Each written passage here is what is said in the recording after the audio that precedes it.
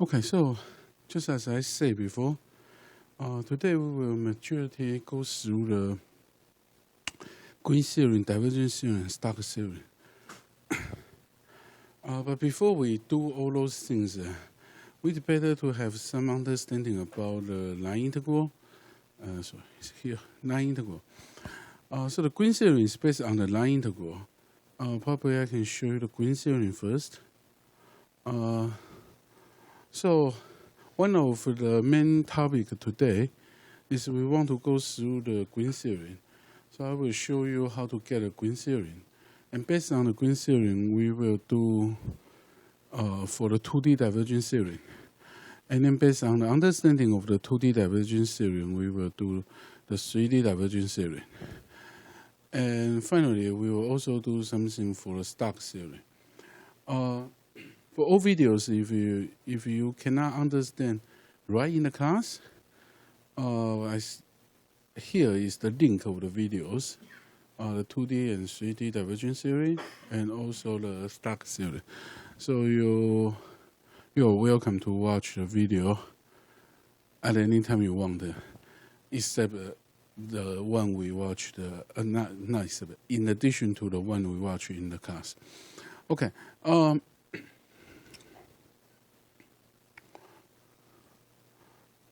Yeah, sorry. So here is a line integral. And probably some of you has no memory about the line integral anymore. So it is better that I introduce a line integral again, so you don't feel strange about line integral, and then we will be able to introduce the green theory. Okay.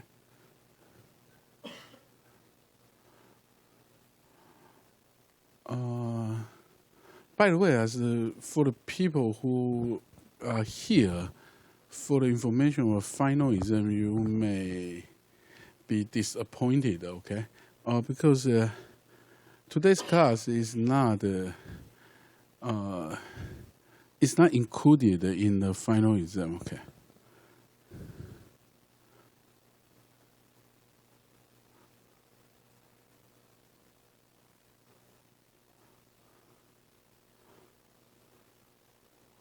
Okay, so let's introduce the line integral.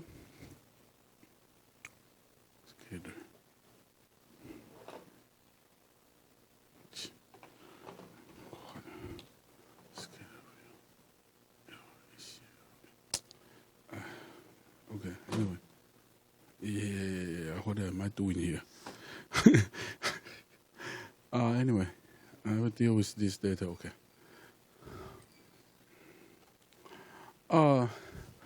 So the line integral, probably we are familiar with this line integral. So we have a function, it's a scalar, and it's fxy, and then we will integrate this function along with a path, and this path is called ds. To do this, we first need to convert this ds. And we know that ds should be dx squared plus dy squared. So I know you write in this way, but I don't know if you can get this intuitively. But I assume that you don't. So let me write it, okay? So the ds can easily be writing as this one. Right? Because you have a path. And if we are dealing with 2D coordinate. Okay, 2D coordinate. We only have x and y, right? So if we want to calculate the length, we calculate it in this way. So this is the ds. Nevertheless, this ds is not easy to be used to obtain the value of the line integral. So in order to make this feasible for us to use, we make or we divide the ds by dt.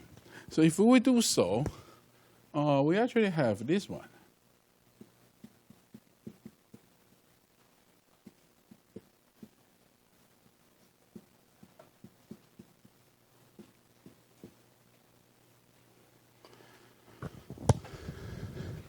Right, we have the dt square in the denominator, and that gives us dt outside of this square root.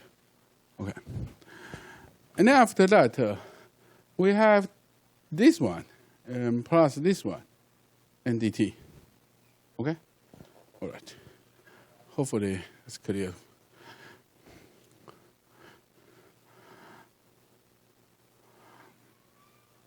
And then once we have this, we will be able to calculate this line integral.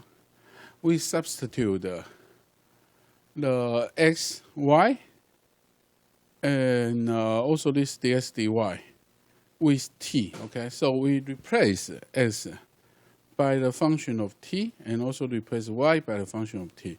So this s is actually equal to ht, and y equal to gt. So we replace the x and y by this one. And if we do it this way, so this ds dt should be dh dt, and this is dg dt. And if we do it this way, we will be able to convert all the variable to t, right? And then we can easily do the integral. And here is an example. There's easy for, before we do the example, let me make sure. Any question about this? Anyone have question about this? No? No one? Okay, good.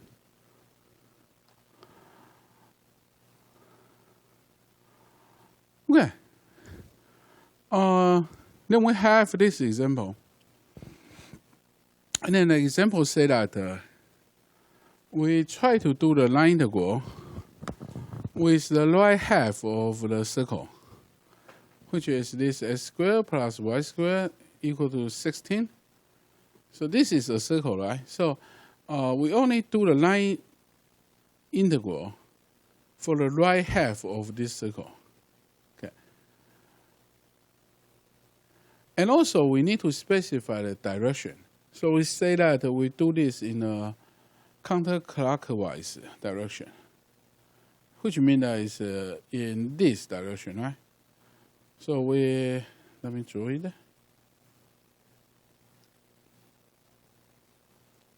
So we have this.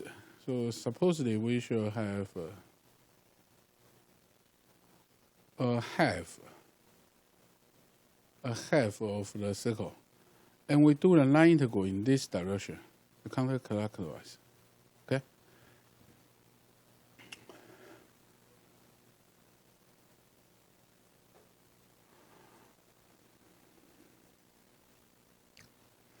And then when we do it, we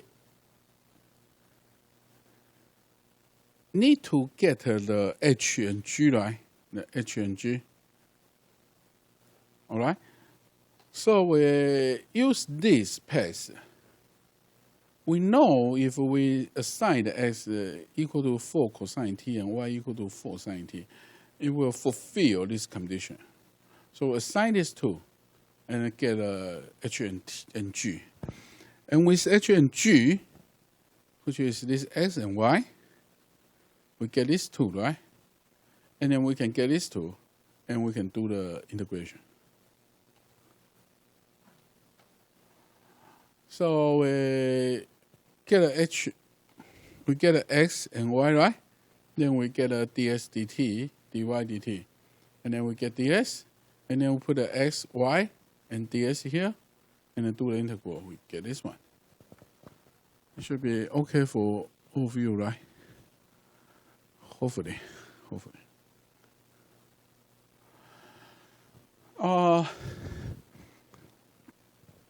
But we are not only do the line integral for scalar, we also do that for a vector field.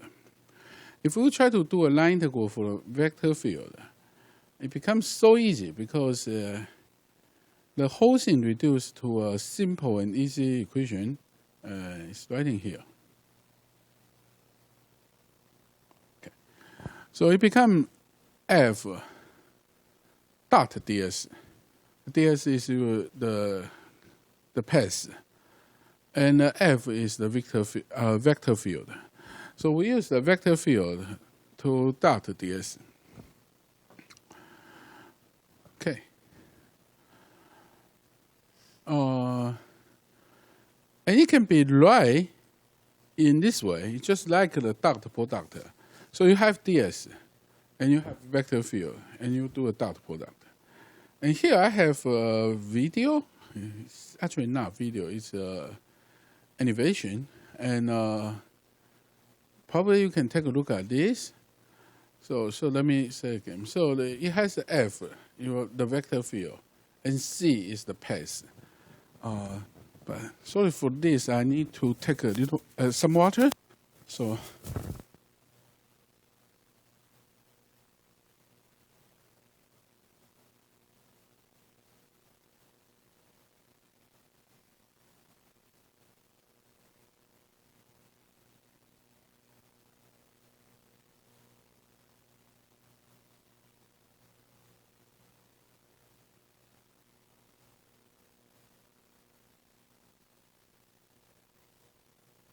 You guys have watched this once, so let's do this again.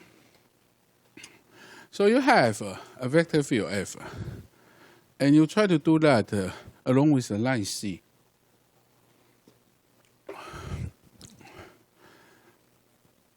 And this shows the dot product.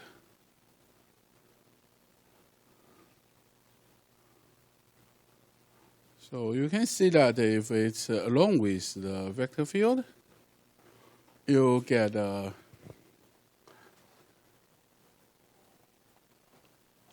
high value of your dot product. But if it is in the reverse way, in a reverse direction to the vector field, like this area, you get a negative value. So probably you can see it again. And then that area, you see here, you get -1, right? And this whole thing is represent the line integral. Okay, so you guys can see it again, and I need one more cup of water.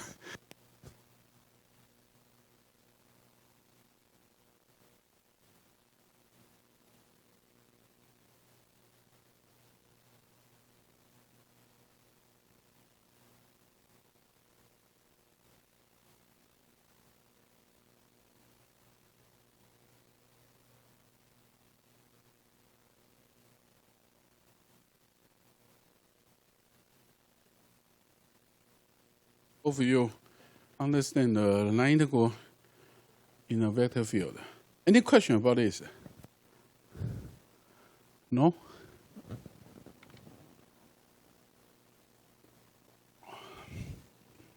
So now we write the vector field F as F, okay.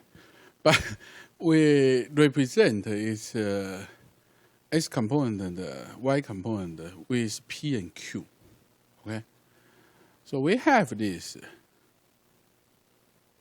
It's actually F dot ds, right? F dot ds. F has these two, and it's dot ds. So you have P dx plus Q dy. So this is F dot ds. Okay, this is F dot ds. And then you can do a line integral. And we know that if you change the direction of the path, usually it will change the sign of the line integral, right? Because here, when we have line integral here, we get negative value, right? But if we go from the bottom to top, we actually get a positive value. So that changes the sign of the line integral. Okay. And here is the example. So in this example,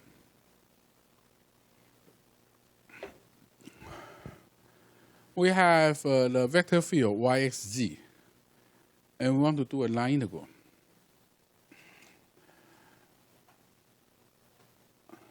And the C specified by this one, and also this. Okay. So it is easy to do this line integral. We substitute all those values into this equation. And then for this dx, we do the dx dt. So we convert that to dt. And when we have all things writing in the form of dt, we should be able to do the integration and get a final value. All right. Let's forget about those interesting figures. And direct go to the green theory. So this is green theory, and we will use the video to show how to get a green theory. Nevertheless, it is better that I write down the green theory. Otherwise, you may not how to say that. Otherwise, you may not have the idea about the green theory, so you cannot fully understand what the video try to do. So I better write down green theory. So this is green theory. It should be G, the capital G. By the way, green is the name, okay? It's not a color, okay? It's a name.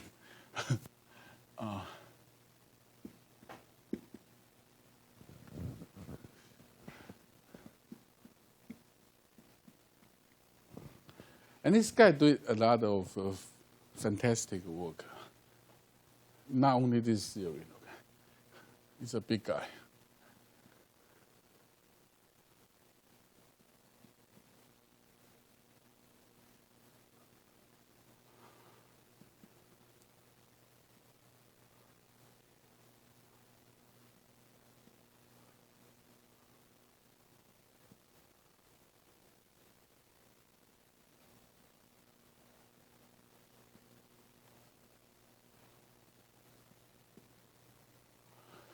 Okay, now we have the green theory.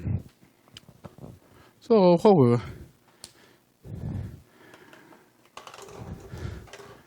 we can take we can watch the video to show how they prove this theory. But before we do that, I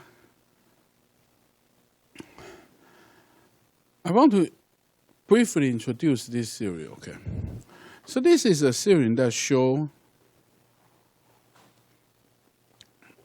you have a line integral, for example, in this way. And you can use this theory instead of calculate the line integral, you calculate the surface integral or the area integral. Okay. So you calculate the area, the integration of an area in this way, to get the value of the line integral. All right. Okay. Now let's play the video. Any question about this? Or anything you want to say? Something? No? Or you guys just come here actually for the information of final exam. But if that's your purpose, you may be disappointed, okay? But anyway, let's play the video.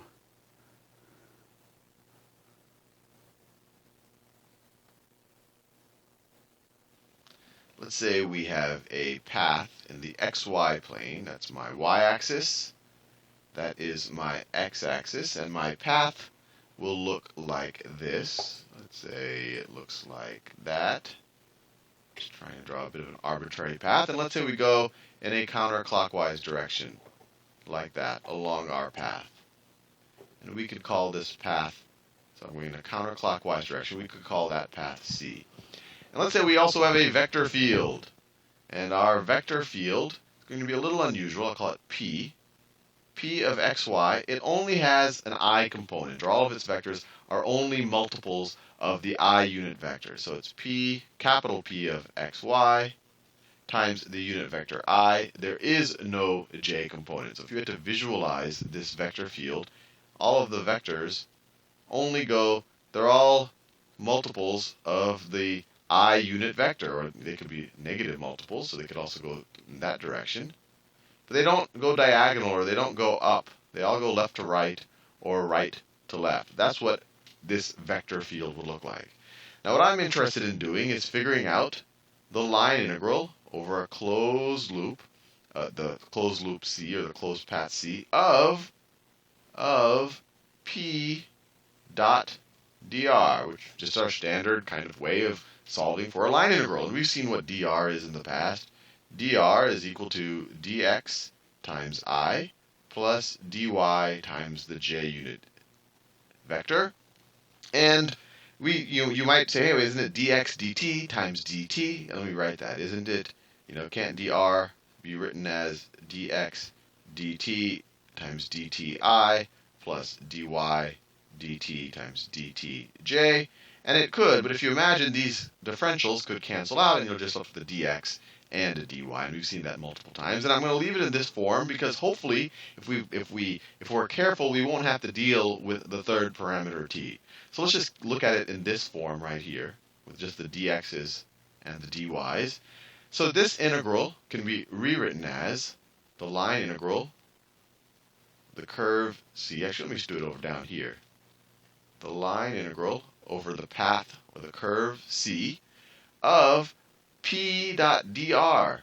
So we take the product of each of the coefficients, let's say the coefficient on the I component. So we get P, I'll do it in green. Actually, let me do it in that purple color. So we get P of xy times dx plus, well, there's no 0 times j times dy. 0 times dy is just going to be 0. So this, our line integral simplified to this right here. This is equal to this original integral up here. So we're literally just taking the line integral around this path. Now I said that if we play our cards right, we're not going to have to deal with the third variable t, that we might be able to just solve this integral only in terms of x.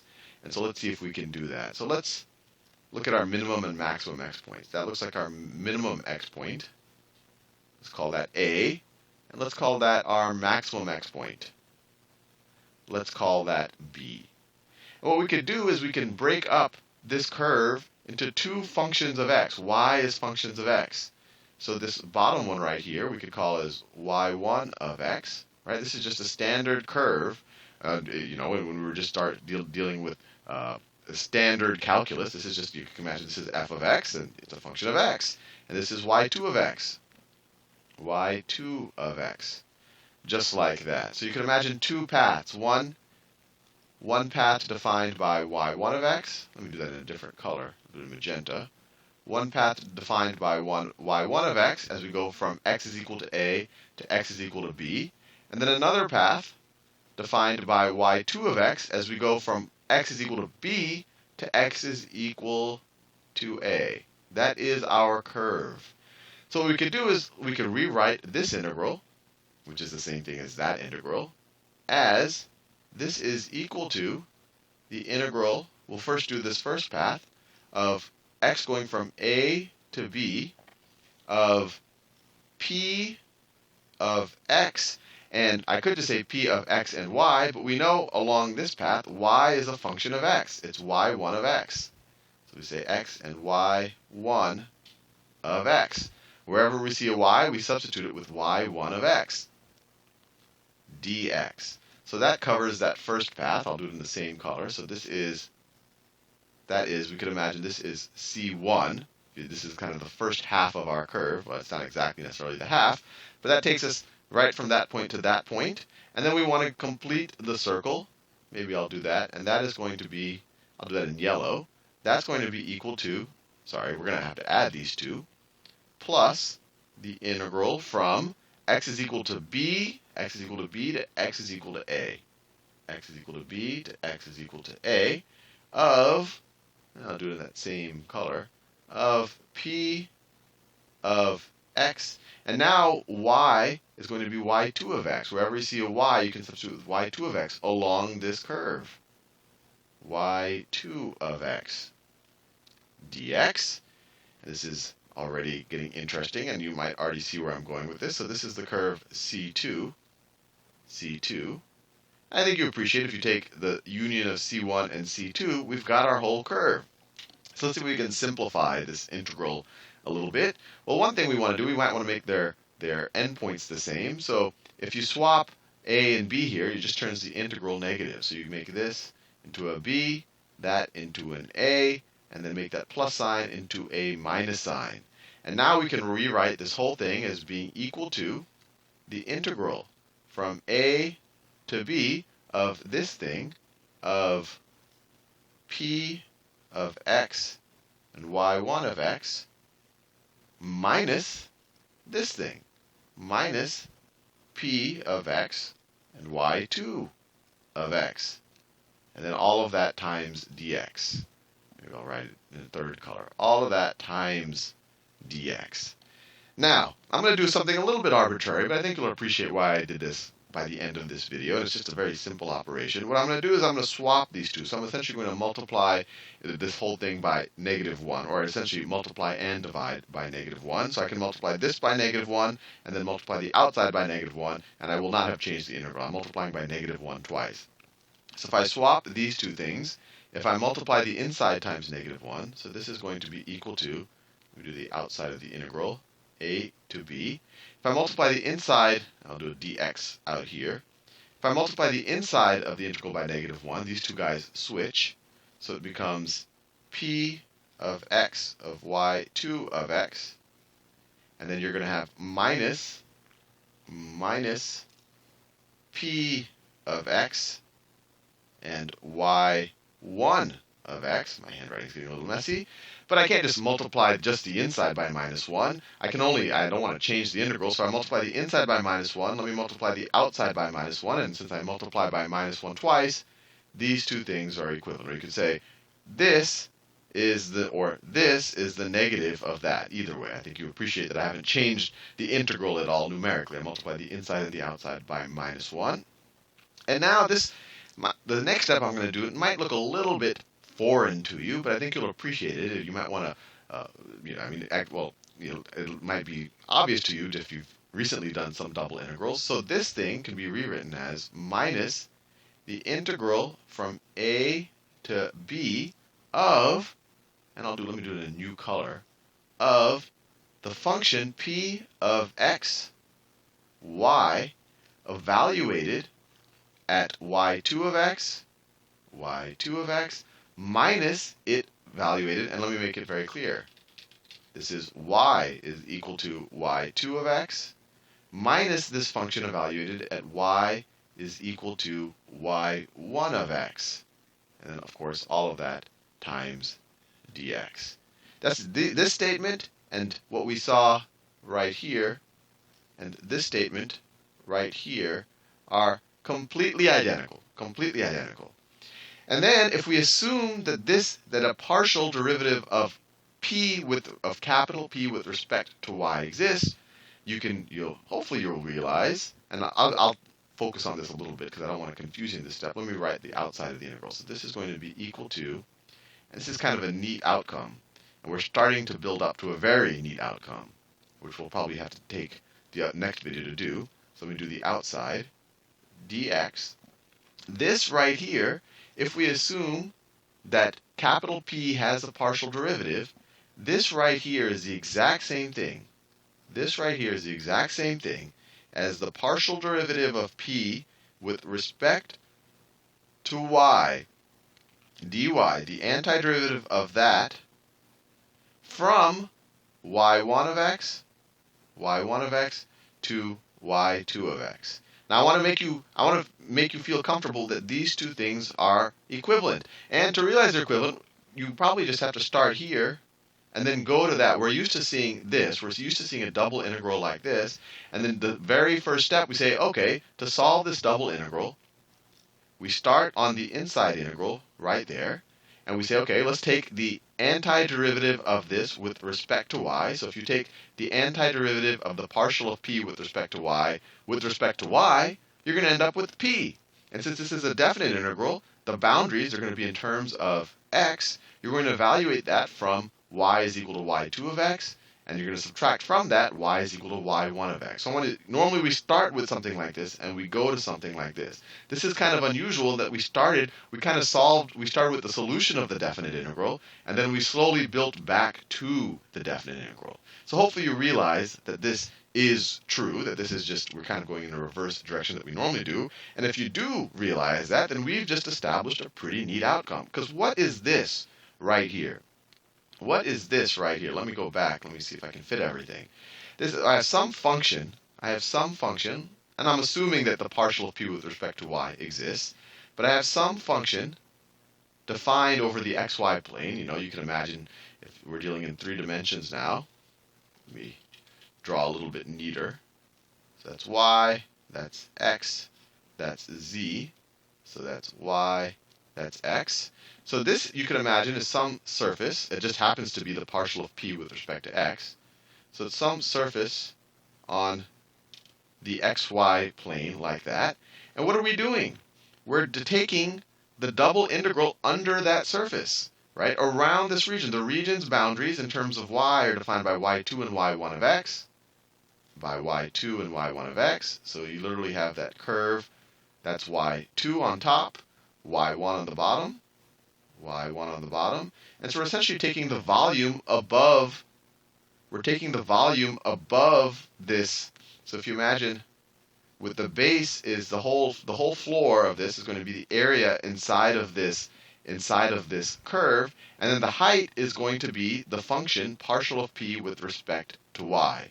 So the height is going to be this function partial of p with respect to y. It's going to be a little hard for me to draw, but this is essentially some type of a volume if you want to visualize it that way. But the really neat outcome here is if you call this region R, we've just simplified this line integral, and this was a special one. It only had an x component, the vector field, but we've just simplified this line integral to being equivalent to, and maybe I should write this line integral, because that's what's the really neat outcome. We've just established that this thing right here, which is the same as our original one, so let me write that. The closed line integral around the curve C of p of x, y, dx, we've just established that that's the same thing as the double integral, over the region R. This is the region R. Over the region R of the partial of p with respect to y. The partial of p with respect to y. And we could write dy dx, or we could write dA or dy, whatever you want to write. But this is the double integral over that region. So the neat thing here is using a vector field that only had an x component, we were able to connect its line integral to the double integral over a region. Oh, and I forgot something very important. We had a negative sign out here. So this was a minus sign out here. So the minus, or we could even put the minus in here. But I think you get the general idea. In the next video, I'm going to do the same exact thing with the vector field that only has vectors in the y direction. And then we'll connect the two, and we'll end up with Green's theorem.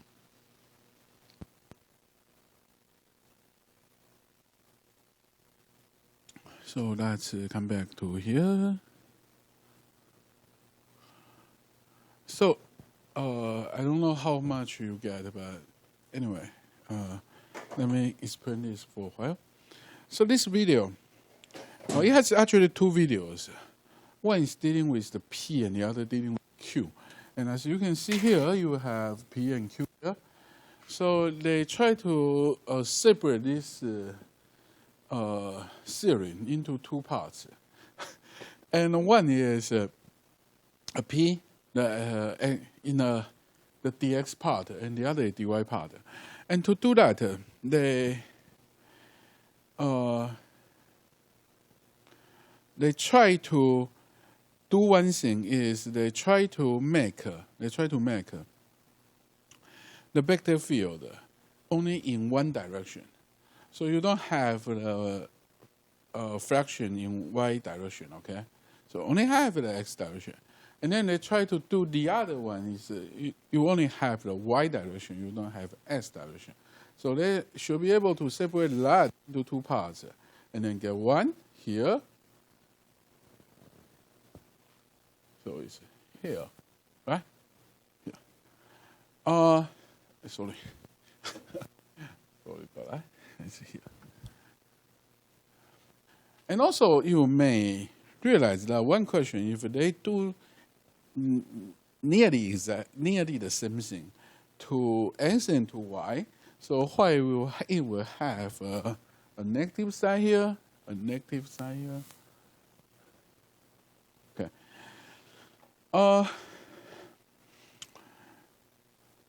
It is because this you pay attention to the x and y direction, and then you take a look at the line integral is going this way.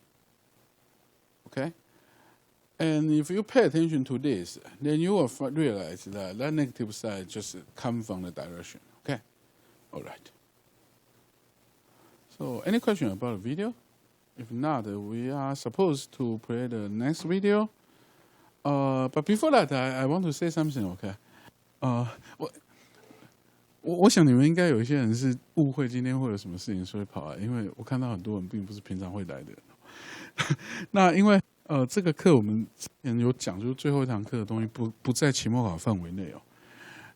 那时候我们也特别有讲，就是我们会解释 Green theorem、Divergence theorem 跟 Stark theorem 用影片。那所以如果这不是你预期的，你可能等一下下课可以自己离开，我不会介意哦，好不好 ？OK。那反正我们今天会继续把影片放完。OK。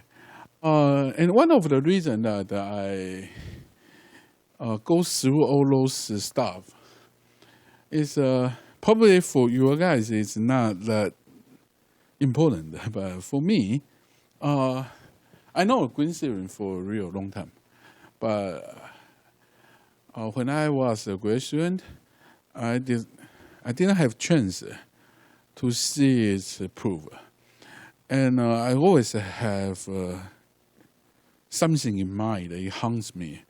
So why this theory is in this way, and especially for the divergence theorem, we use that frequently, but I just don't know why that come from. And then after I become a faculty, I spend some time to find all those videos, and that helps a lot. So that's why I decided to play the video here. We only have 8 minutes to the break, and that's not enough for the next video. But I want to introduce the other thing, okay?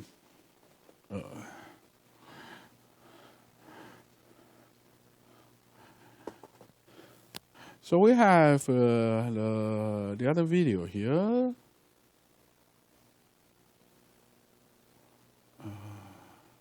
Wait.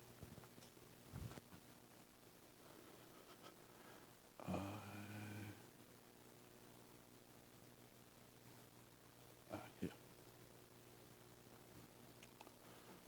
Now that we Okay.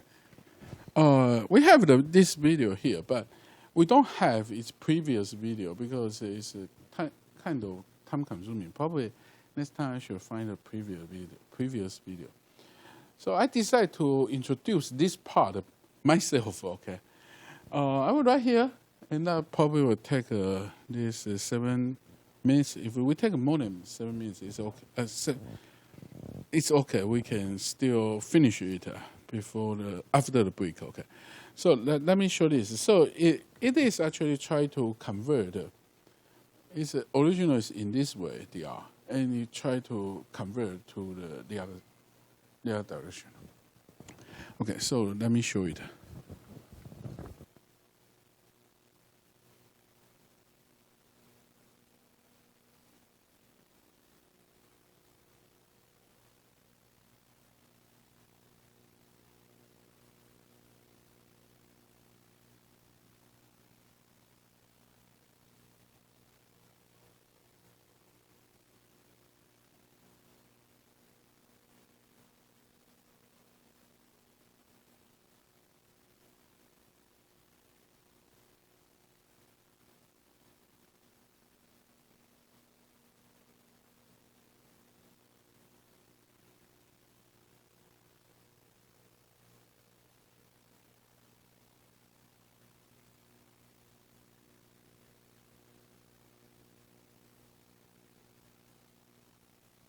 Why we need this?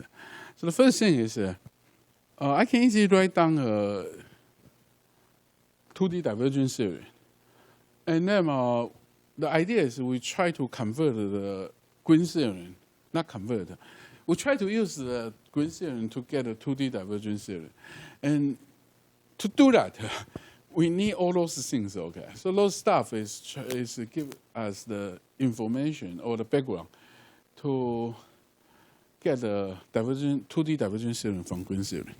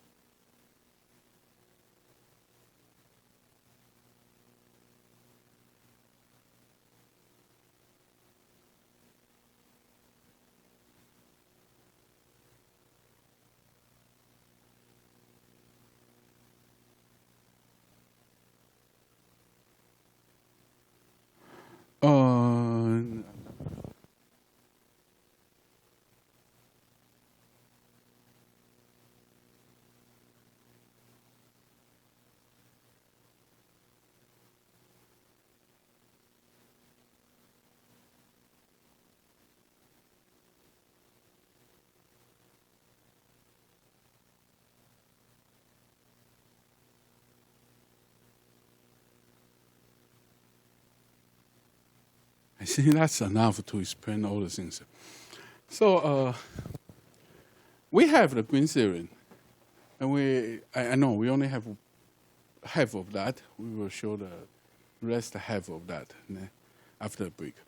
But if we want to apply this to divergence theory, here this one is actually FDR. Right? It's line integral, so it's FDR. You have DR. You do the integration along with the line. And you have vector field P and Q, so FDR. The divergence theorem is different. It's not dot dr, it's dot n. And n is, sorry, I shouldn't write dr in this way. Otherwise, I will not be able to write the n. N is the vector perpendicular to your dr. Okay, so it's n here. And that's why the original is dr. Now we want to get this n. Okay, we want to get this n. And so that's what he get n. And let me show you how to get that n, okay?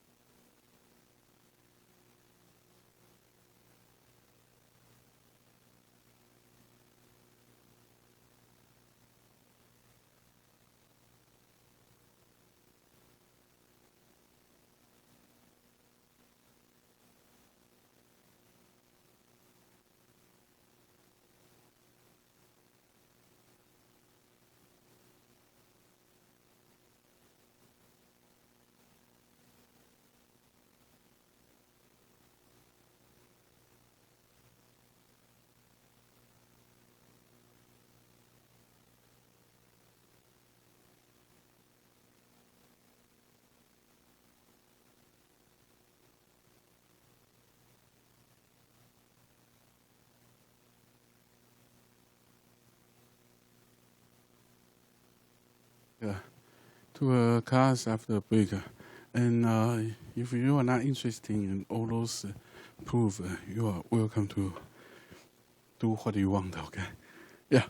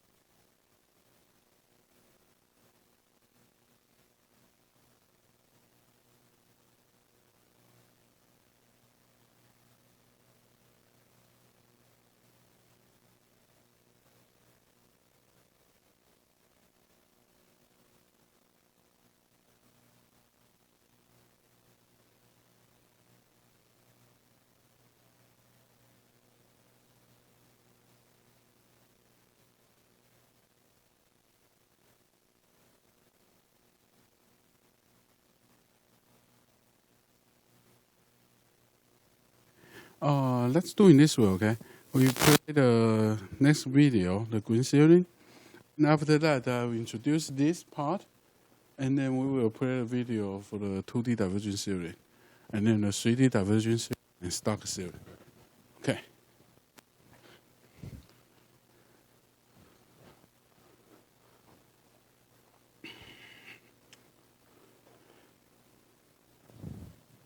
Let's say we have the same path that we had in the last video. Draw my y-axis. That is my x-axis. And let's say the path looks like this. It looks something like this. It's the same one we had in the last video. Might not look exactly like it. Let me see what I did in the last video. It looked like that in the last video, but close enough.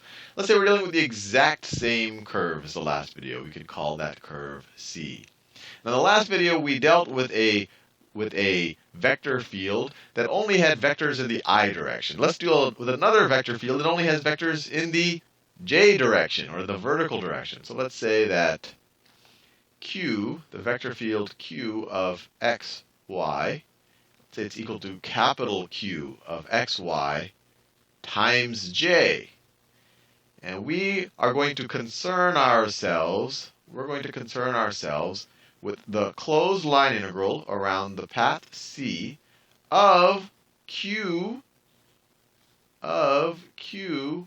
dot dr. And we've seen it already. dr can be rewritten as dx times I plus dy times j. So if we were to take the dot product of these two, this line integral is going to be the exact same thing. This is going to be the same thing as the closed line integral over C of q dot dr. Well, q only has a j component. So if you take it 0I, so 0 times dx, that's just 0. And then you're going to have qxy times dy. They had no I component. So this is just going to be q, switch to the same color again, q of x and y times dy. That's the dot product. There was no I component. That's why we lose the dx.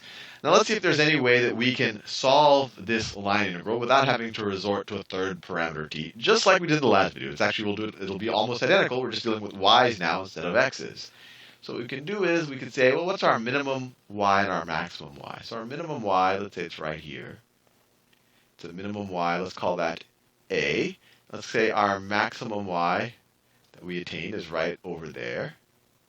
Let's call that B. Oh, and just like in the last, I forgot to tell you the direction of the curve. But this is the same path as last time, so we're going in a counterclockwise direction. It's the exact same curve, exact same path. Exact same path. So we're going in that direction. Now, in the last video, we broke it up into two functions of x's. 2y is a function of x. Now we want to deal with y's. Let's break it up into two functions of y. So if we break this path into two paths, let's go, those are kind of our extreme points. Let's call this path right here. Let's call that path right there. Let's call that y. Let's call that x of, so here along this path, x is equal to, or I could write this path 2, or I'll call it C2. We could say it's x is equal to x2 of y. That's that path. And then the first path, it doesn't have to be the first path, depending where you start. You can start anywhere. Let's say this one in magenta. We'll call that path 1, and we could say that that's defined as x is equal to x1 of y. It's a little confusing when you have x as a function of y, but it's really completely analogous to what we did in the last video. We're literally just swapping x's and y. We're now expressing x as a function of y instead of y as a function of x. So we have these two curves. You can imagine just flipping it, and we're doing the exact same thing that we did in the last video, just now in terms of y. But if you look at it this way, this line integral can be rewritten. This could be rewritten as being equal to the integral, well, let's just do C2 first. Let's just do C2 first. This is the integral from B to A. We start at B and we go to A, right? We're coming back from a high y to a low y. The integral from B to A of Q of do that gray color, of Q of, instead of having an x there, we know along this curve right here, x is equal to, we want everything in terms of y. So here, x is equal to x2 of y. So Q of x2 of y, x2 of y, comma y, maybe I'm using too many colors here, but I think you get the idea, dy, dy. So this is the part of the line integral just over this left-hand curve, and then we're going to add to that, the line integral, or really just the regular integral now, from y is equal to a to y is equal to b, y is equal to a to y is equal to b, of Q of, and instead of x being equal to x2, now x is equal to x1 of y. It's equal to this curve, this other function. So x1 of y, comma y, dy. And then we can do exactly what we did in the previous video. Instead of, we don't like the larger number on the bottom, so let's swap these two around. So if you swap these two, if you make this into an a and this into a b, that makes it the negative of the integral. When you swap the two, change the direction. This is exactly what we did in the last video, so hopefully it's nothing too fancy. But now that we have the same boundaries of integration, these two definite integrals, we can just write them as one definite integral. So this is going to be equal to the integral from a to b. And I'll write this one first, since it's positive, of, I'll write in this one, q of x1 of y, comma y, minus this one, right? We have the minus sign here. Minus q of x2 of y and y dy. Let me do that in that neutral color. dy. That's multiplied by all of these things. I distributed out the dy. I think you get the idea. This is identical to what we did in the last video. And this could be rewritten as, this is equal to the integral from a to b of, and inside of the integral, we're evaluating the function q of x, y from the boundaries, the upper boundary, where the upper boundary is going to be from x is equal to x1 of y, and the lower boundary is x is equal to x2 of y, right? All the x's, we substitute it with that, and then we get some expression. And then from that, we subtract this with x substituted as x2 of y. That's exactly what we did. And just like I said in the last video, we're going in kind of the reverse direction that we normally go in definite integrals. We normally get to this, and then the next step is we get this. But now we're going in the reverse direction, but it's all the same difference. And all of that times dy. All of that times dy. And just like we saw in the last video, this, let me do it in orange. This expression right here, actually let me draw that dy a little further out so it doesn't get all congested. Let me do that dy out here. This expression, this entire expression, is the same exact thing. That entire expression is the exact same thing as the integral from x is equal to, I can just write it here. Let me write in the same colors.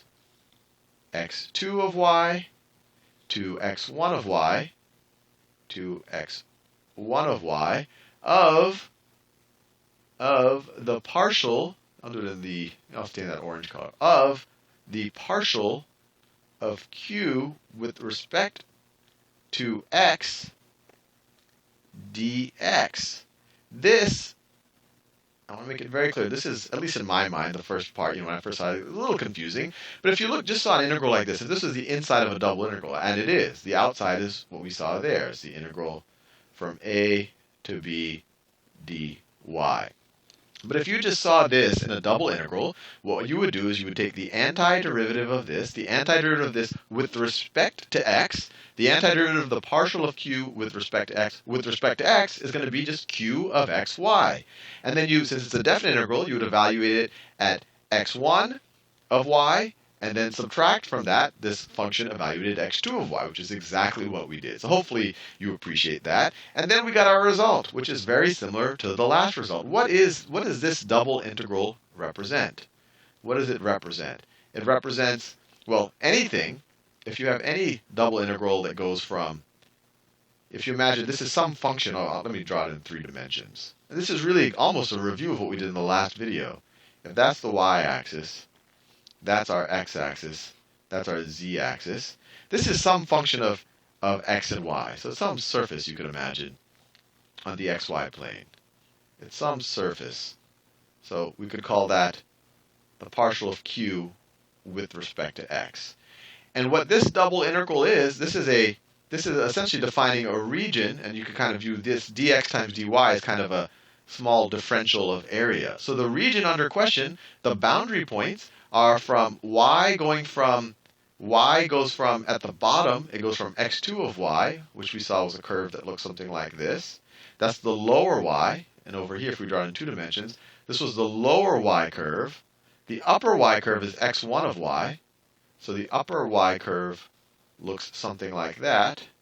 The upper y curve goes something like that. So x varies from the lower y curve to the upper y curve, right? That's what we're doing right here. And then y varies from a to b. And so this is essentially saying, let's take the double integral over this region right here, of this function. So it's essentially the volume, if this is the ceiling, and this boundary is essentially the wall. It's the volume of that room. And I don't know what it would look like when it comes up here, but you can kind of imagine something like that. It would be the volume of that. So that's what we're taking. This is the identical result we got in the last video, and this is a pretty neat thing. So all of a sudden, this vector and q of xy, I didn't draw it out like I did the last time, this q of xy only has things in the j direction. So it only has, if I were to draw its vector field, the vectors only go up and down. The vectors only go up and down like that. They have no horizontal component to them. But what we saw when you start with a vector field like this, you take the line integral around this closed loop, and I'll rewrite it like right here. You take this line integral around this closed loop of q dot dr, which is equal to the integral around the closed loop of q of xy dy. We just figured out that that's equivalent to the double integral over the region. This is the region. right? That's exactly what we're doing over here. If I just give you the region, you have to define it. You say, well, x is going from this function to that function, and y is going from a to b. And you might want to review the double integral videos if that confuses you. So we're taking the double integral over the region of the partial of q with respect to x, well, you could write dx dy, or you can even write a little dA, right? The differential of area, right? That's, we can imagine, as a dA, which is the same thing as a dx dy.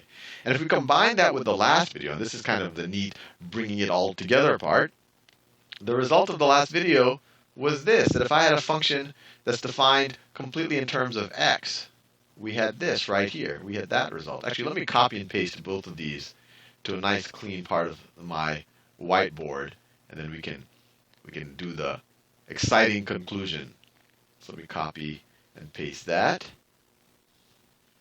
So that's what we got in the last video. And in this video, we got this result. I'll actually just copy and paste that part right there. You might already predict where this is going. And then let me paste it over here. This is the result from this video. Now, let's think about an arbitrary vector field that is defined as, let's say I have an arbitrary vector field. I'll do it in pink. Let's say F is a vector field defined over the xy plane. And F is equal to P of xy I plus Q of xy j. You can almost imagine F being the addition of our vector fields P and Q that we did in the last two videos. Q was this video, and we did P in the video before that. But this is really any arbitrary vector field. And let's say we wanted to take the vector field, or sorry, the line integral of this vector field along some path. It could be the same one we've done, which has been a very arbitrary one, so it's really any arbitrary path. So let me draw some arbitrary path over here. So let's say that is my arbitrary path, my arbitrary curve. Let's say it goes in that clockwise, counterclockwise direction, just like that. And I'm interested in what the line integral, the closed line integral around that path of f dot dr is. And we've seen it multiple times. Dr is equal to dx times I plus dy times j. So this line integral can be rewritten as, this is equal to the line integral around the path C. F dot dr, that's going to be this term times dx. So that's P of xy times dx plus this term, Q of xy times dy. And this whole thing, this is, you could put, this is the same thing as, you could, essentially this is the same thing as the line integral of P of xy dx plus the line integral of Q of xy dy. Now what are these things? This is what we figured out in the first video. This is what we figured out just now in this video. This thing right here is the exact same thing as that over there. So this is going to be equal to, the double integral over the region, over this region right here, of the minus partial of p with respect to y. The minus partial of p with respect to y. And instead of a dy dx, you could say just, over the differential of area. And then plus this one, this result. Q, this thing right here is exactly what we just proved, is exactly what we just showed in this video. So that's plus, I'll leave it up there, maybe I'll do it in the yellow, plus the double integral over the same region of the partial of q with respect to x dA, where that's just dy dx or dx dy. You can switch the order. It's the differential of area. And now we can add these two integrals. What do we get?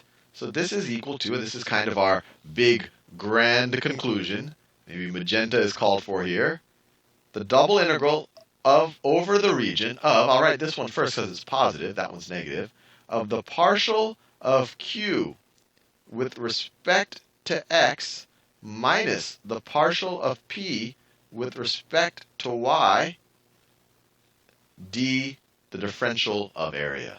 This is our big takeaway. This is our big takeaway. Let me write it here. Over the line integral of the closed loop of f dot dr is equal to the double integral of this expression. And it's something, just to remember. We're taking the function that was associated with the x component or the I component. We're taking the partial with respect to y.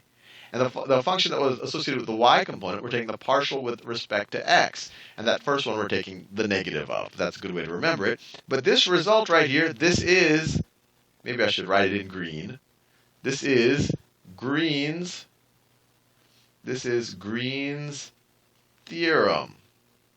Green's theorem. And it's a neat way to relate a line integral of a vector field that has these partial derivatives, assuming it has these partial derivatives, to the region, to a double integral of the region. Now, and just as a little bit of a side note, we've seen in several videos before, if f is conservative, we've learned that if f is conservative,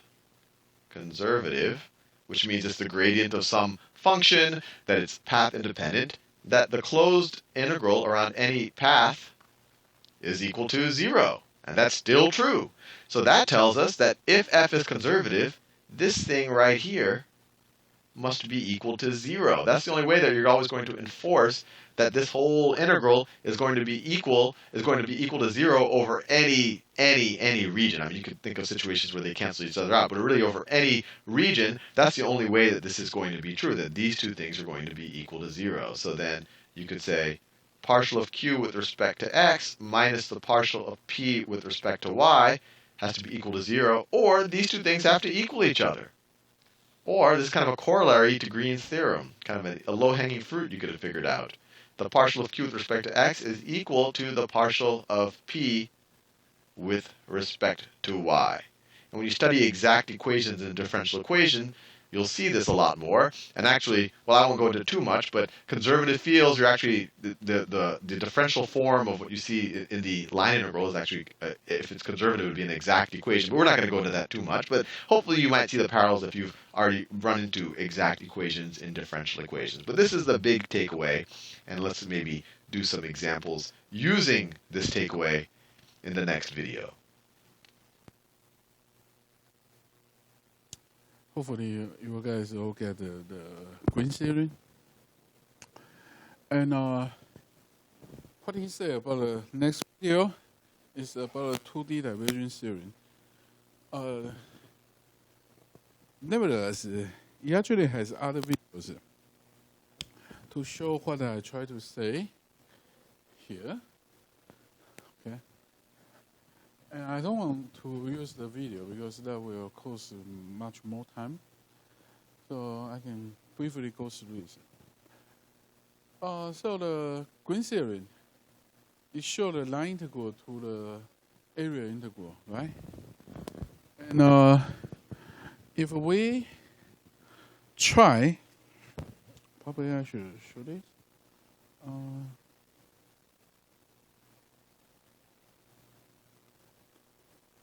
Now that we know. Okay. And if we want to apply this idea to the divergence theorem, to the divergence theorem, it's right in this way. The Green theorem is f dot dr, and the 2D divergence theorem is f dot n. The n is normal to dr, as shown here. You have a curve. The dr is along with the line. So when you do the line integral, you do dr, but n is normal to it or perpendicular to it. So for the divergence theory is f dot n. We need to first get n, right? Otherwise, we don't know what's f dot n. So in order to get n, we draw the dr. So this one is dr, just as you see here, and we enlarge it. You get dr. And dr definitely have dy and dx in the other direction. And this n, with the feature of the triangle, so this is the perpendicular, right? It's perpendicular. And this part also perpendicular. So this equal to this one. And so we can, these two are similar, not symmetric. This 2, you can see here, right? This is a 90 degree, and the other 90 degree is this. So that gives you these 2 have the same angle. And then with this knowledge, you have this one as this one, but here, because it's going this direction, it's going this direction. And now you go in this direction, so you get negative side. No, this one is going this direction, and here now it's going this direction, so it's a positive side. So you have the negative ds and positive dy here. So you have dy minus negative z, okay? And you want the n is a unit vector, so you need to divide by dx dy. The dy squared plus dx squared is the length. Of course, you need a square root and then get a length. So you have this one divided by the length, you get the unit normal vector. Okay? Any question? Any question? No? Now let's continue this one. So that's why he write this and ds. Is this. Okay? All right.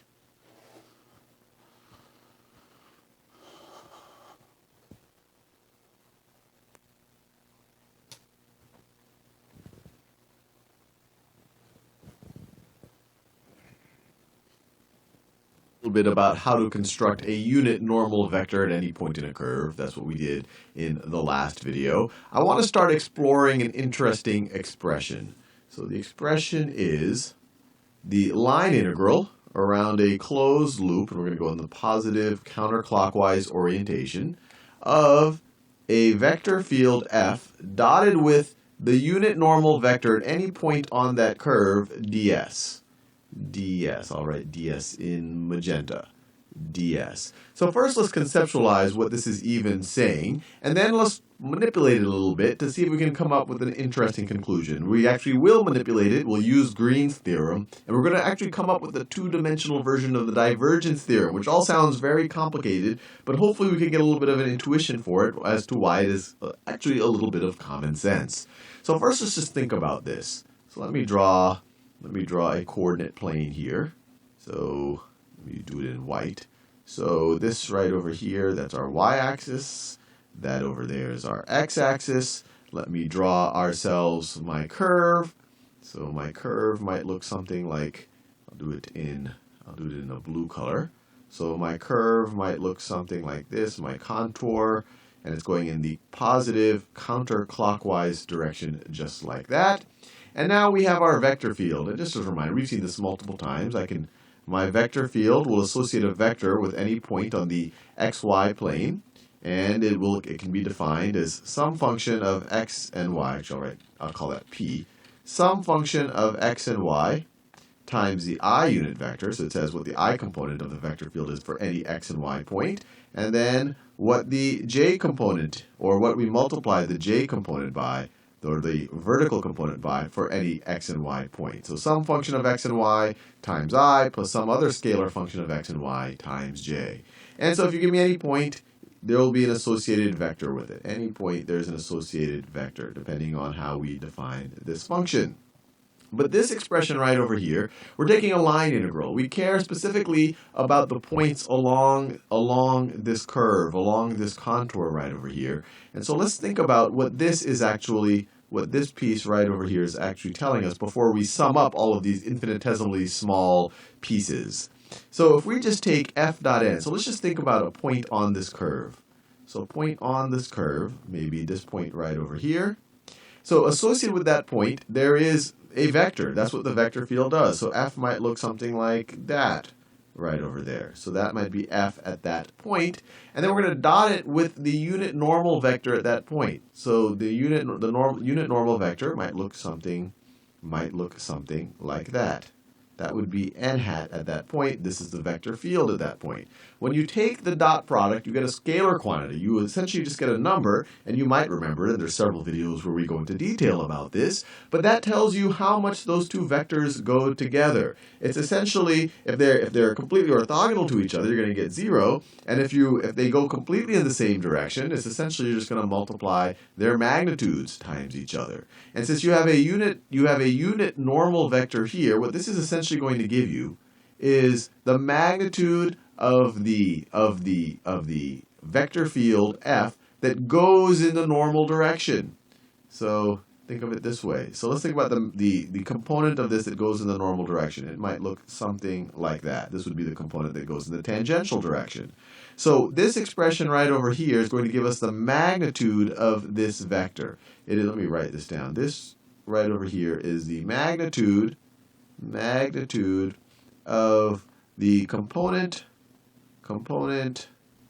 of f in the normal direction, or in the same direction as that unit normal vector, normal direction. And then we're going to multiply that times a very infinitely small length of our contour, of our curve, right around that point. So we're going to multiply that thing times this right over here. And so you might say, well, okay, I kind of get what that is saying, but how could this ever be physically relevant? Or what could be the intuition for what this expression is even measuring? And to think about that, I always visualize, this is in 2 dimensions, you will later do things like this in 3 dimensions. Imagine this is a 2-dimensional universe, and we're studying gases. And so you have all these gas particles in a 2-dimensional universe, so they only can have kind of an x and y coordinate. And this vector field is essentially telling you the velocity at any point there. So this is the velocity of the particles at this point. This is the velocity of the particles at that point. That is the velocity of the particles at that point. And so when you take f right on this curve, that's the velocity of the particles at that point. They're going in that direction. When you dot it with n, it tells you essentially the speed going straight out right at that point. And then when you multiply that times ds, you're essentially saying at any given moment, how fast, or at that point right over there in the curve, how fast are the particles exiting the curve? And so if you were to sum up all of them, which is essentially what this integral is doing with this line integral, it's essentially saying how fast are the particles exiting this contour? Are they, or even entering the contour if you get a negative number? But since we're taking the unit vector that goes, the unit normal vector that is outward pointing, it's saying how fast are they exiting this thing? If you got a negative number, that means there might be some net entrance. So this whole expression is, if you take that analogy, it doesn't have to have that physical representation. How fast are particles, our 2-dimensional gas particles exiting the contour? And in the future, you can do it in 3 dimensions where you have a surface, and you can say how fast are things exiting that surface. And so let's start, now that we have hopefully a decent conceptual understanding of what this could represent, let's play around with it a little bit, especially because we know how to define a normal vector. So let's rewrite it using what we know about how to construct a normal vector. So if we rewrite it, our integral becomes this. We have our vector field f, dotted with the normal vector. The normal vector we can write this way. A normal vector we saw was dy times I minus dx times j, and then we had to divide it by its magnitude in order to make it a unit normal vector. The magnitude was this right over here, dx squared plus dy squared, which is the same thing as ds, which is the exact same thing as that little mini arc length, that infinitely small length of our contour. So we're going to divide it by ds. And then we're going to multiply it times ds. And we're going to multiply it times ds. And ds is just a scalar quantity, and so we can actually even multiply this thing times ds before taking the dot product, or vice versa. But these two things are going to cancel out. And so we're essentially left with f dot this thing right over here. But we have f defined right over here, so let's take the dot product. So I'll just write the integral, the line integral symbol again. We're going in the counterclockwise direction. And when we evaluate And now let me pick a color that I have not used. Well, I've used many colors. So I'll do yellow again. So now let's evaluate f dot this business. So dot product, fairly straightforward. You take the product of the x components, or essentially the scalar component, the magnitude of the x components. So it's going to be p of xy times dy. So it's going to be p of xy times dy, and then plus the product of the magnitudes of the y component, or the j components. So it's going to be plus q of xy times minus dx, or times negative dx. Well, that's going to give us negative q of xy times dx. So this is kind of an interesting statement. We've seen something like not too different than this before, and when we saw even just the definition of Green's theorem. And let me rewrite it here just so we remember. So the definition, when we learned about Green's theorem, it told us if we're taking a line integral over this contour, and there's multiple ways to write it, but one way that we often see it, and we've exported already in our videos, is if we were to say, if you have m times dx plus n times dy, this is equal to, and I'm just restating Green's theorem right over here, this is equal to the double integral over the region that this contour surrounds of, and you whatever function you have here times dy, you take the partial of that with respect to x.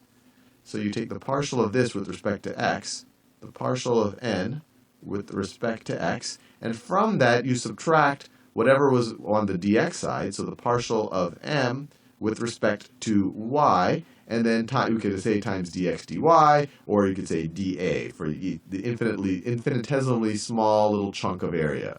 So I'll just write, I could write dA, let me write dA here. All right, dx dy, or it could be dy dx. Actually, let me just write dA here, so since we're speaking in generalizations, where dA is an infinitely small little chunk of area. So this right over here, this is just a restatement of Green's theorem. So we already know this. This is a restatement of Green's theorem, and how can we apply it here?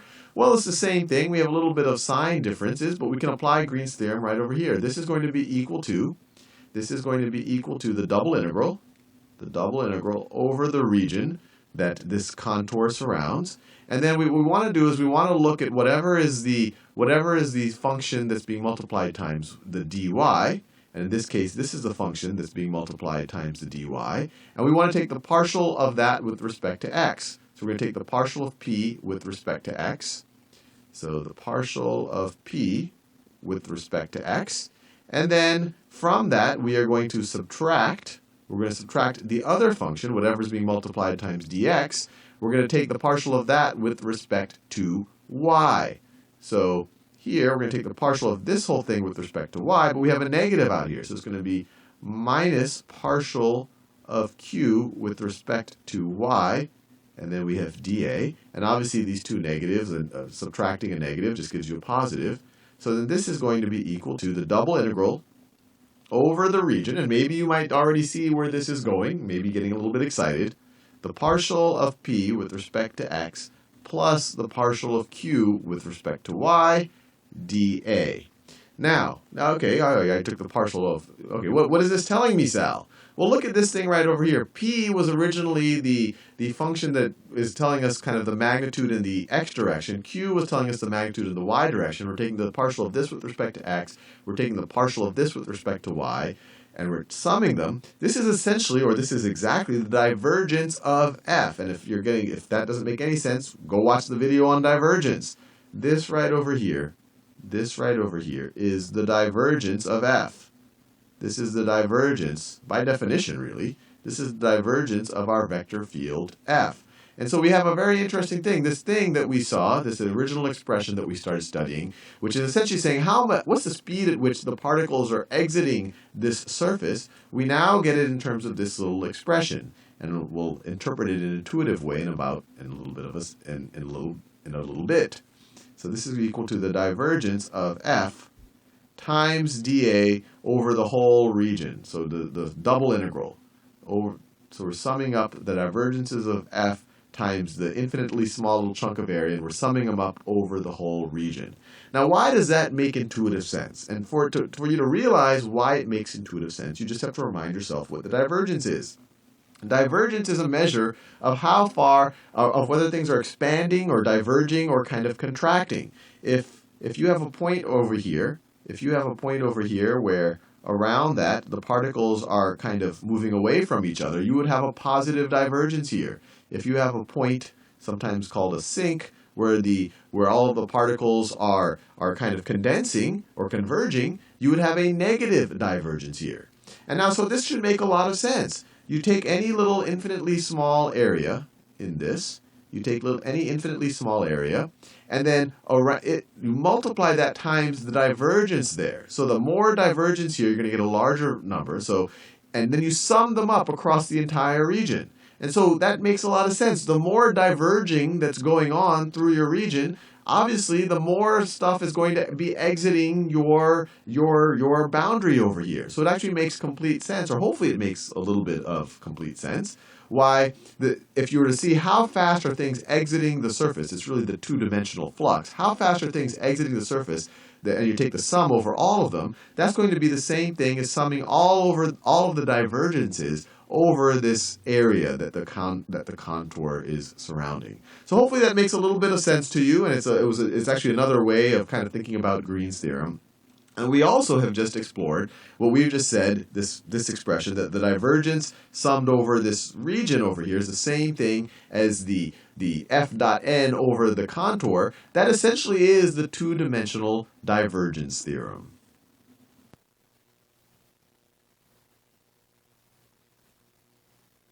You'll get an idea of the 2D divergence theory.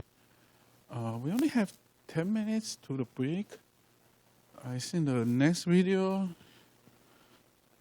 we should not be able to play the next video. So next one we will play the 3D divergence theory. That is the one we will use in the... We've already explored it. We have enough time, so let's play. Original version of the divergence theorem. If I have some region, so this is my region right over here, we'll call it R, and let's call the boundary of my region, let's call that C, and if I have some vector field in this region, so let me draw a vector field like this. If I draw a vector field just like that, our two-dimensional divergence theorem, which we really derived from Green's theorem, told us that the flux across our boundary of this region, so let me write that out, the flux across the boundary, so the flux is essentially going to be the vector field, it's going to be our vector field F, dotted with the normal outward-facing vector. So the normal vector at any point is this outward-facing vector. So our vector field dotted with the normal facing vector at our boundary times our little chunk of the boundary, times our little chunk of the boundary. If we were to sum them all up over the entire boundary, if we were to sum them up, let me write it a little bit neater. If we were to sum them all up over the entire boundary, that's the same thing as summing up over the entire region. So let's sum up over the entire region. So summing up over this entire region, each little chunk of area, dA, we could call that dx, dy if we wanted to, if we're dealing in the xy domain right over here. But each little chunk of area times the divergence of F, which is really saying how much of that is that vector field pulling apart.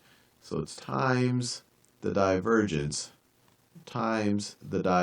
of F. And hopefully it made intuitive sense. The way that I drew this vector field right over here, you see everything's kind of coming out. You can almost call this a source right here, where the vector field seems like it's popping out of there. This has positive divergence right over here. And so because of this, you actually see that the vector field at the boundary is actually going in the direction of the normal vector, pretty close to the direction of the normal vector. So it makes sense. You have positive divergence, and this is going to be a positive value. The vector field is going, for the most part, in the direction of the normal vector. So as the larger this is, the larger that is. So hopefully some intuitive sense. If you had another vector field, so let me draw another region that looked like this.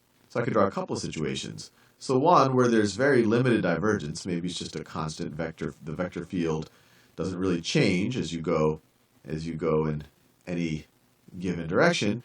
Over here, you'll get positive fluxes. I don't know what the plural of flux is. You'll get positive fluxes because the vector field seems to be going in roughly the same direction as our normal vector. But here you'll get a negative flux. So stuff is coming in here. If you imagine your vector field is essentially some type of mass density times volume, and we've thought about that before. This is showing how much stuff is coming in, and then stuff is coming out. So your net flux will be close to zero. Stuff is coming in and stuff is coming out. Here you're just saying, hey, stuff is constantly coming out of this surface. So hopefully this gives you a sense that here you have very low divergence and you would have a low flux, total aggregate flux going through your boundary. Here you have a high divergence and you would have a high aggregate flux. I could draw another situation. So this is my region R. And let's say that we have negative divergence, or we could even call it convergence. Convergence isn't an actual technical term, but you can imagine if the vector field is converging within R, well, the divergence is going to be negative in this situation. It's actually converging, which is the opposite of diverging. So the divergence is negative in this situation. And also the flux across the boundary is going to be negative because as we see here, the way I drew it, across most of this boundary, the vector field is going in the opposite direction. It's going in the opposite direction as our normal vector at any point. So hopefully this gives you a sense of why there's this connection between the divergence over the region and the flux across the boundary. Well, now we're just going to extend this to 3 dimensions, and it's the exact same reasoning. If we have and I'll define it a little bit more precisely in future videos, a simple solid region. So let me just draw it. I'm going to try to draw it in 3 dimensions. So let's say it looks something like that. And one way to think about it is this is going to be a region that doesn't bend back on itself. And if you have a region that bends back on itself, well, we'll think about it in multiple ways, but out of all of the volumes of 3 dimensions that you can imagine, these are the ones that don't bend back on themselves. And there are some that you might not be able to imagine that would also not make the case. But even if you had ones that bended back or that bent back on themselves, you could separate them out into other ones that don't. So here's just a simple solid region over here. I'll make it look 3-dimensional. So maybe if it was transparent, you would see it like that, and then you see the front of it like that. So it's this kind of elliptical, circular, blob-looking thing. So that could be the back of it. And then if you go to the front, it could look something like that. So this is our simple solid region. I'll call it R still, but we're dealing with a 3-dimensional. We are now dealing with a 3-dimensional region. And now the boundary of this is no longer a line. We're now in 3 dimensions. The boundary is a surface. So I'll call that S. S is the boundary of R.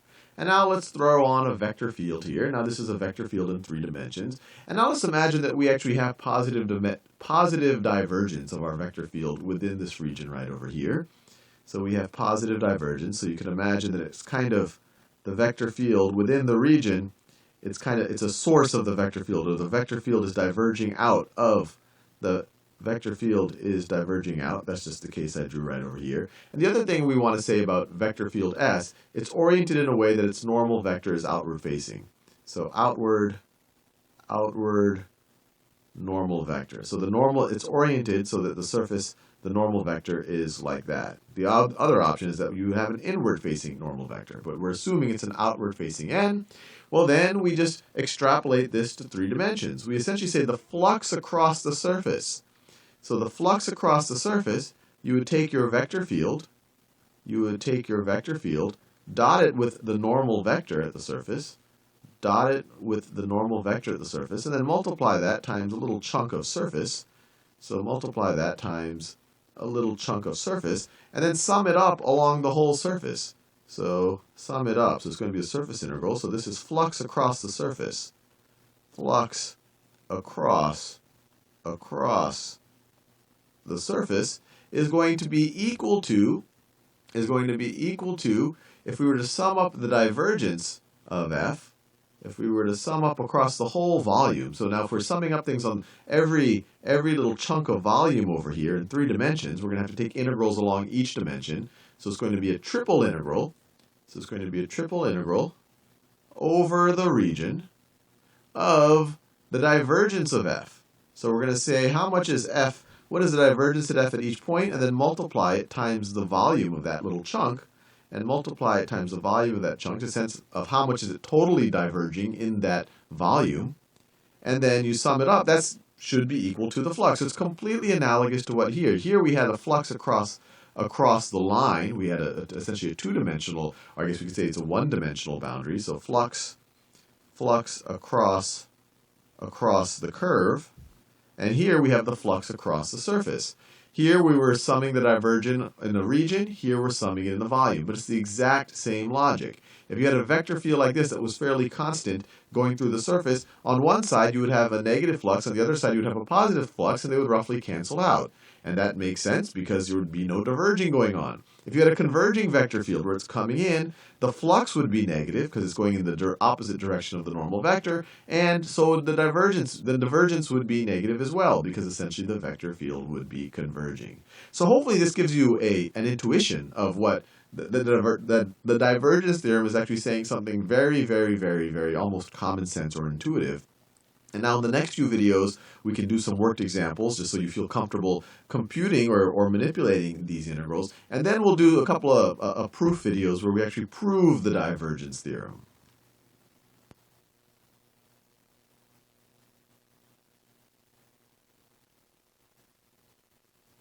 Have a break and we'll come back after the break. So after the break, we will introduce the divergence theorem in index notation, okay? Yeah. See you after the break.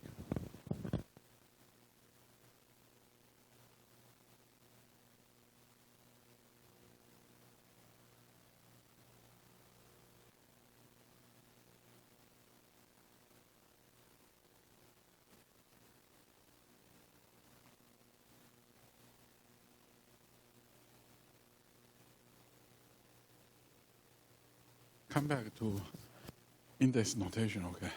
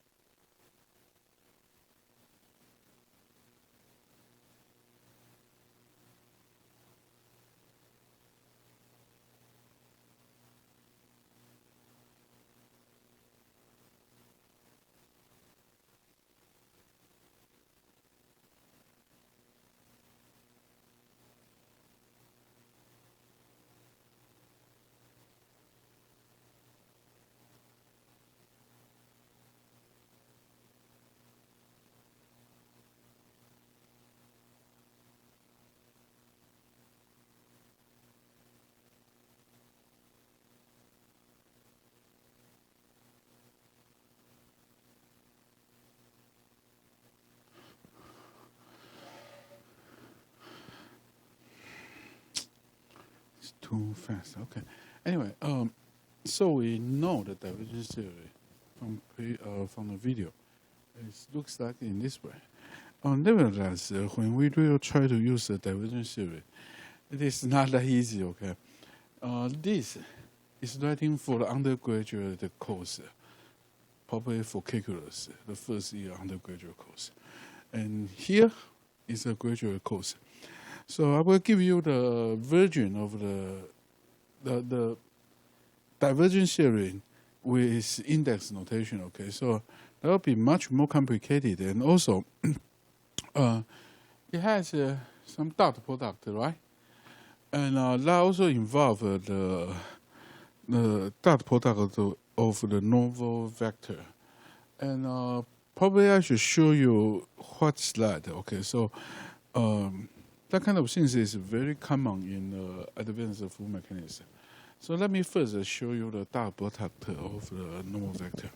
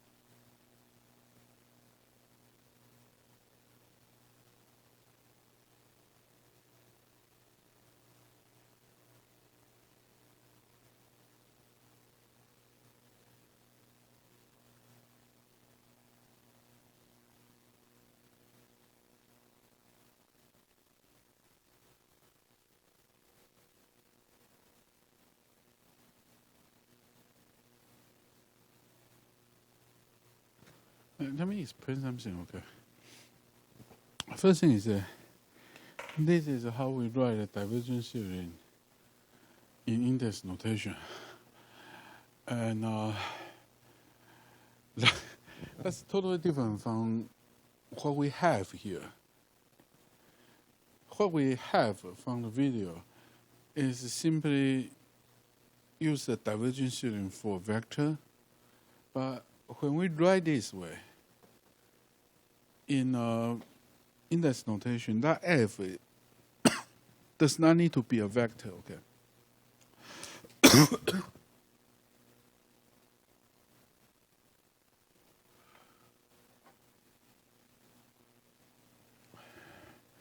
That f can be a tensor or other things. Okay. Does not need to be a vector. And also,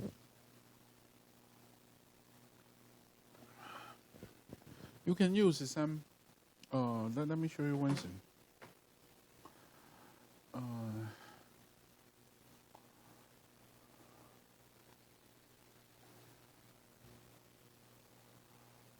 Also, you may treat that f in one equations. You may have. Let me think this way.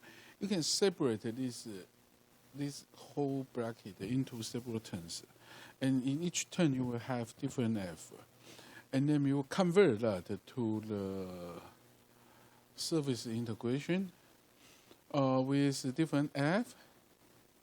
All right, and then you will be able to get this one. This example is easy. If we have time, we can deal with that. But anyway, this one is important. If you are interested in advanced full mechanism, but it will not appear in the final exam. As I say, the final exam does not cover this class. Okay, so this one, the index notation of the divergence theorem. And when you use this one, it is very likely you may use this concept. Okay, this concept. So I need to introduce this concept. It says that if you do the partial differentiation with respect to n, it will give you the n dot gradient phi. Okay. How to get that? The first thing is by definition, rho phi one should equal to this one, right? And then we let the dr approach 0. And then we apply the Taylor series expansion. I hope you guys are good at that.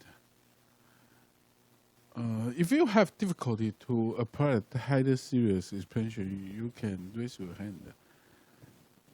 So I know that. Otherwise, I assume that all of you know how to get this one. Okay. The Taylor series expansion.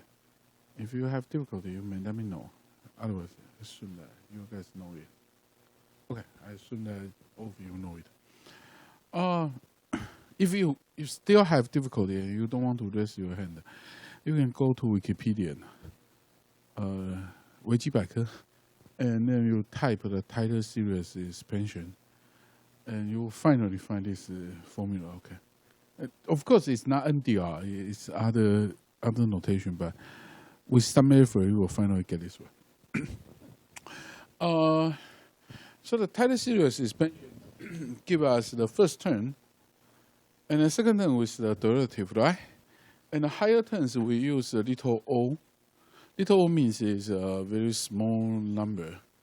It only used for the differentiation. Okay, you don't use this in other places. So you put a little o there means you want to negate that, and it's the second order. So you know how many terms you neglect. All right? So you guys probably are not familiar with these things. So if you deal with some difficult equations, like chemical master equation, you will have infinite terms. So it depends. So the people will use this little to indicate how much terms has been neglected. Okay, so this is the same thing. The Taylor series has finite terms, and if you put O2 means that you neglect all the terms after second orders. Okay, and when you put that into this and make dr approach 0, this little will approach 0. Okay, so you put that here, and if you put that here, you have phi will cancel the here. And also, and you have this one, and you have dr, you cancel out dr. So you have n dot gradient phi. All right. So n dot gradient phi will equal to this one. Okay. Probably we can deal with one example. Should we deal with this one? Okay, let's deal with this one. This one is one of the most easy ones. So the easiest one. So this one is the easiest one. So let's deal with this one. Let's don't try to deal with the difficult problem. So we can use divergence theorem to deal with this one. Let me see. Hopefully this one is not that easy. Anyway, I will. Okay, we can still deal with this one. So the idea is we have a cross product here, right? Or some is K or A is not cross product. If we try to convert this into the delta function, we'll have several terms, right? So we can try to do that. And after we get many terms in the volume integration, then we can use the divergence theorem, this one, to convert that to the surface integration. And then finally we get this one. Okay, let me give you the idea. So the way to solve this question is similar to what we did. We will first convert the epsilon, the permutation, to delta function, and then use the delta function to replace the index. And after that, we will have some terms in this volume integral. And then we will apply the divergence theorem and convert the volume integral into surface integral. All right? Okay. And probably you guys need to write it down. Otherwise, if I erase it, you will have difficulty to follow it. So I give you probably, anyone want to write down, or you already have? Okay, I believe you all finish that. So you have this in mind, okay? If you don't write down, you take a picture or just have it in mind. Okay. Let me erase it, and let's try to deal with this example.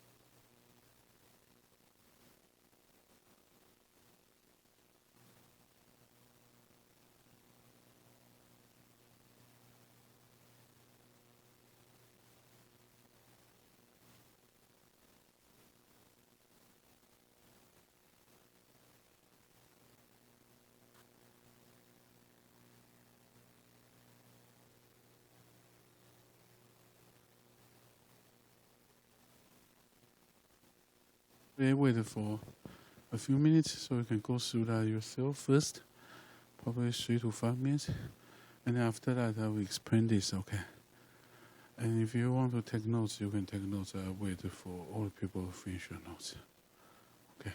But if no one will take the notes, I will wait for only 3 to 5 minutes to make sure that you have time to go through it yourself, and I will explain it. Right? It is always better that you read through it by yourself before I explain it.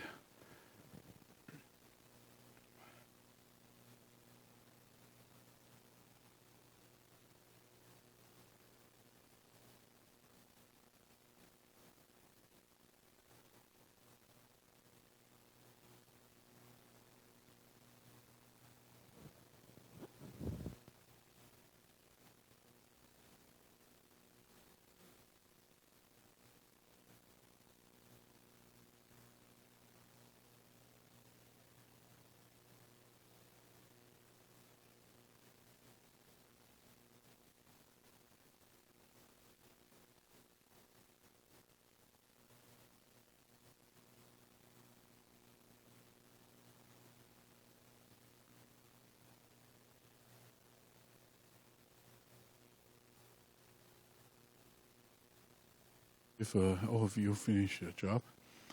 So to do this one, the first thing is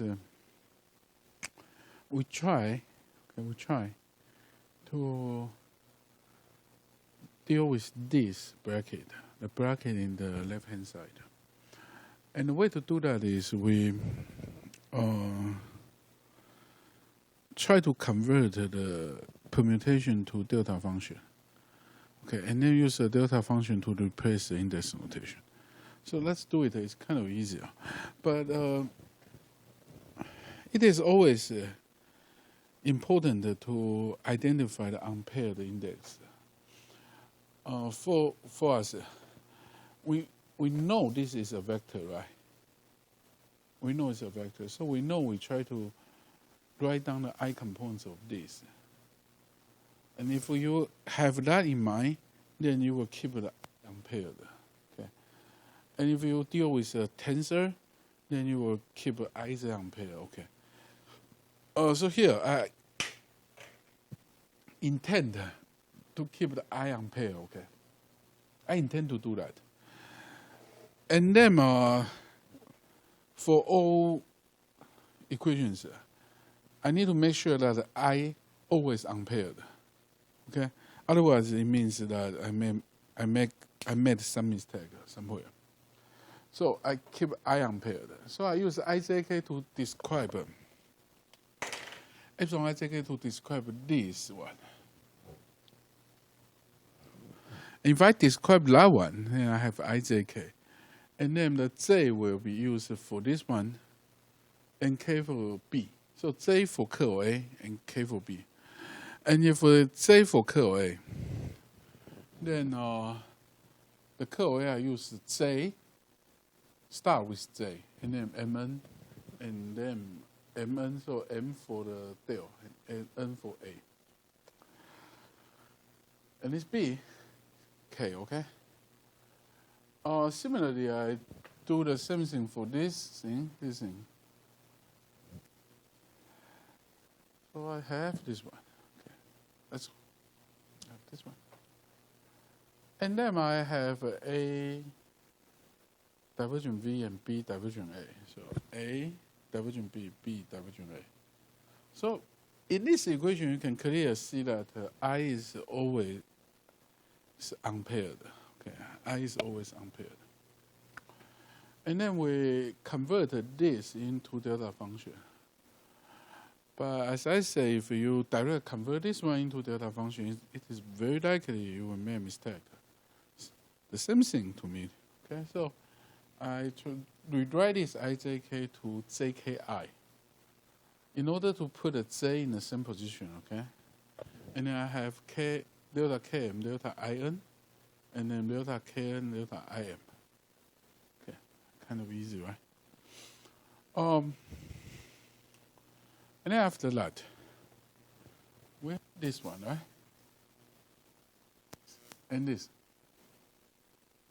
So I put this here and that here. This here, that here. And then we have these two terms, put that here.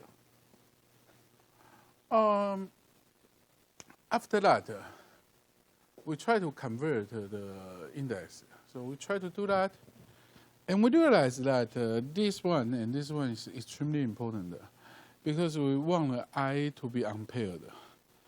So we will pay special attention to this IN and IM, okay? So if we put this IN and we know this one will be I, right? This one will be I. And here, this one will be I. So we do it. So we have BK and low k and AI, okay, I. Okay. And then AK, low k, and BI. All right? I intended to remove the M, so M and N, so I use K. So it's K here. And for the next turn, this turn, we'll have these two turns. So anyway, we take a look at the position that should be have unpaired I. It's here and here, right? So we have here. And then we replace the N to K. Okay, so we have these two. Kind of easy, right? And after that, we have this turn. Nevertheless, originally we write J, right? But now we know for all the rest, we have I and K. So I decided not to use J, but replace J by K. Okay, so we have this become K and K. All right. And then we can kind of rearrange the equation. The way to do that is we know this is AI and this one. So this is the first one, and this is the second one.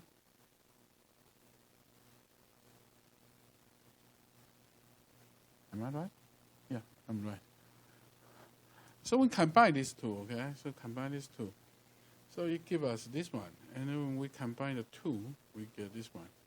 We combine Y, we get this one. Combine two, we get this one. And this one is from here.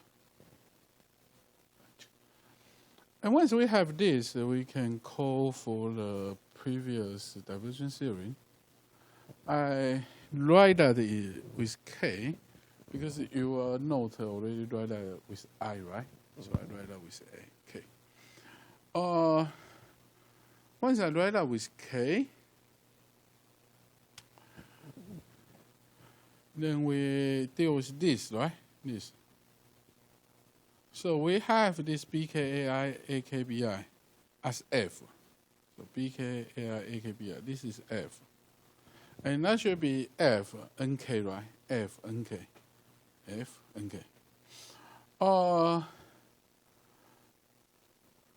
And actually this will give us BA plus AB dot N. And it's equal to N dot AB plus BA, okay?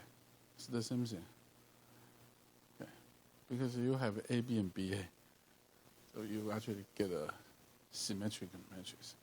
So it's N dot that or that dot N that give you the same thing. Okay? All right. So we get this one. And second is this one. But if we apply to this one, we should apply this to I, right? To I. And this whole thing is F. So we will have rho I, and this whole thing AKBK as F. So here will be AKBK and then NI, AKBK and NI. And then AKBA, NI, AKBK is A dot B, right? And NI is N. So you have this term. And note that it has a negative side here, So it's negative this, but positive this. And that gives you exactly the same results as shown in proponent 5. Any question about this?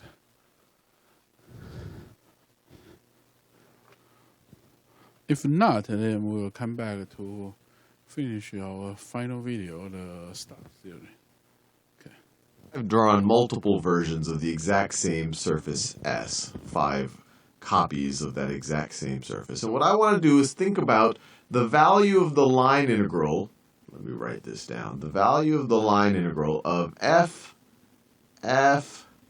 dot dr, where f is the vector field that I've drawn in magenta in each of these diagrams. And obviously it's different in each of these diagrams. And the only part of the vector field that I've drawn is the part that's along the surface. I could have drawn the part of the vector field that's off the surface, but we're only going to be concerned with what's going on the surface. So the vector field could be defined in this entire three-dimensional space, in here as well. And these are obviously different vector fields, and we can see that visually based on how we drew it. And the contour that we care about, remember, we're going to take a line integral, so the path matters. The path that we care about is the counterclockwise boundary of our surface. So it's going to be this right over here. The counterclockwise boundary of our surface is what we're going to be taking f dot dr along. So this right over here, and let me draw the orientation. It's going to be counterclockwise. We're going to do it in every one of these situations, for every one of these surfaces and every one of these f's. And what I really want to think about is how the value of f dot dr over that contour, how it might change from example to example. And obviously the only difference between each of these is what the vector field f is doing. So first let's think about this example right over here. This part of the contour, this bottom part right over here, our vector field is going in the exact same direction as our line, as our contour. So it's going to be, we're going to get positive values of f dot dr down here, and we're going to keep summing them up. We're taking an integral. Then as we go up the curve, right, or as we go kind of uphill right over here, we see that our vector field is going essentially orthogonal. It's going perpendicular. It's going perpendicular to our contour. So our f dot dr, we're not going to get any value from that. F dot dr and all of these, right, this part of the contour, it's all going to be 0. So we're not going to get anything right over there. Actually, let me just write nothing. So we get nothing right over there. Maybe I'll write 0. All right, we'll get 0 right over there. And then up here, when we're at this part of the contour, our vector field is going in the exact opposite direction as our path. Up here, our path is going, I guess, from the right to the left, while our vector field is going from the left to the right. And so we're actually going to get negative values. We are going to get negative values up here, and they're going to sum up to a reasonable negative value. And if the vector field is constant, and I kind of drew it like it is, and if this length is equal to this length, then these two values are going to cancel out. When you add this positive sum to this negative sum, they're going to be 0. And then once again, when you go downhill again, the vector field is perpendicular to our actual path, so we're going to get 0. So based on the way I've described it, your line integral of f dot dr for this version of f, in this example right over here, it might all cancel out. You will get something, if we make the assumptions that I made, this might be equal to 0. So in this example, f dot dr could be equal to 0. Now let's think about what's going on in this situation. In this one, just like the last one, as we go along the bottom, the vector field is going in the exact same direction as our contour, so we're going to get positive values. And once we go up the hill, the vector field is going perpendicular to our path, so it's not going to add anything really to it, so we're just going to get 0 along this part. But then up here, our vector field has switched directions, and it's going in the exact same direction as our path. So we're going to get more positive values right over there. And then as we go down here, it's not going to add anything because our vector field is perpendicular to our path. So we're going to get 0. But notice, now these two ends don't cancel out with each other. We're going to get a positive value. We are going to get a positive value. And what was the difference between this version of f, this vector field, and this vector field right over here? Well, this vector field switched directions so that the top part didn't cancel out with the bottom part. Or another way to think about it is, it had some curl. There's a little bit of spinning going on. If this was describing the velocity of a fluid, and if you were to put a stick right over there on the surface, the stick would spin. It has some spin or some curl, however you want to describe it. This right over here has no curl. If you put a stick right over here, it would just flow with the fluid, but the stick itself would not spin. So we got a positive value for the line integral in this situation, and we also have, it looks like, a positive curl. Positive positive curl. Now let's think about this one. In this situation, as we go along this part of our contour, our vector field f is going in the exact same direction, so we're going to get positive values. Now as we go uphill, our vector field f, it's also kind of turned in that direction, and so we'll get more positive values. And now, as we go in that direction, our vector field f is still going in the direction of our contour. We're going to get more positive values. And as we go down, once again, the vector field f is going in the direction of our contour, so we'll get even more positive values. So in this situation, the value of our line integral of f dot dr is even more positive. More positive. And we see that the actual vector field along the surface, and remember, the vector field might be doing all sorts of crazy things off the surface. Actually, let me draw that in that same magenta color. It might be doing all sorts of crazy things off the surface, but what we really care about is what's happening on the surface. And because this vector field is, I guess you could say, curling, or it's spinning along the surface, it allows it to go with the boundary along all the points, and we get a very positive value for this line integral. So we have a higher curl, so more curl,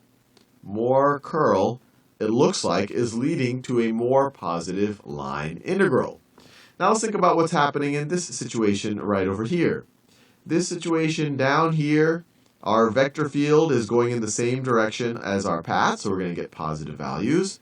Just like the first situation, as we go up the hill like this, or up the surface like that, our vector field is perpendicular to our surface, so it's really not going to add anything to our line integral.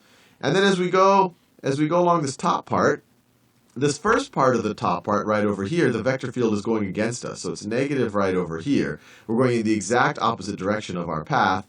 And then right as we get to the end, the vector field flips direction, and we get a little bit of positive right over here, because it's a little bit of it going in the same direction. And then we go back downhill. When we go back downhill, it adds nothing, because our vector field is going perpendicular to our path. So the big difference between this case and the case up here is the case up here, or actually the big difference between this, well actually I could compare it between these two or these two, but the difference between this one and this one is that at least this part of the vector field has switched directions, so we get a little bit of positive value. And one way to think about it, this one is going to be less positive than that if we take the line integral, but more positive than that. And one other way to think about it is we have a little bit of curl going on right over here. Our vector field switched directions right around there, or I guess you could say that it's spinning right around there. So if you put a stick, if that was in the water, it would start spinning. But everywhere else, there isn't a lot of curl. So you have some curl, but it's over a little small region of the surface. While over here, you had curl going on over a larger surface of a larger portion of our surface. And so up here you had a more positive curl, more positive line integral. Here you have a curl over less of the surface, and you're going to have a less positive line integral. Now let's think about this one over here. This vector field along the surface, there is some curl. There's some curl going on right over there. If you put a stick in the water, if you view that as the velocity of water, the stick would spin, so you have some curl. And you also actually have, but then it switches direction again, so you have curl there as well. And it's actually curl in the opposite direction. So they, to some degree, if you were to sum all of this up, maybe it would cancel out. And it makes sense that it would cancel out, because when you take the line integral around the whole thing, just like this first situation, it looks like it'll add up to 0. Because even though you have some curl, the curls cancel out each other. And so when you go to this top part of the surface, the vector field is going in the exact same direction as this bottom part of the surface. So if you were to take your line integral, the same one that we care about, just like the first situation, it would be positive down here, 0 as we go up the curve. And then as we go down here, the vector field has switched directions twice, so it's still going against the path of our contour, just like this first situation. So it would be negative up there, and then as we go down, it would be 0. So this thing right over here, also looks just like the first one, because the curls essentially cancel out. We switch direction twice. So over here, our line integral might also be 0. Now, the whole reason why I went through this exercise is to give you an intuition of why it might make sense that if we have more curl happening over more of this surface, why that might make the value of this line integral be larger. And so hopefully, it starts to give you an intuition that maybe, just maybe, the value of this line integral the value of f dot dr, over that contour, over this contour that's going in the counterclockwise direction. We'll talk more about orientation in future videos.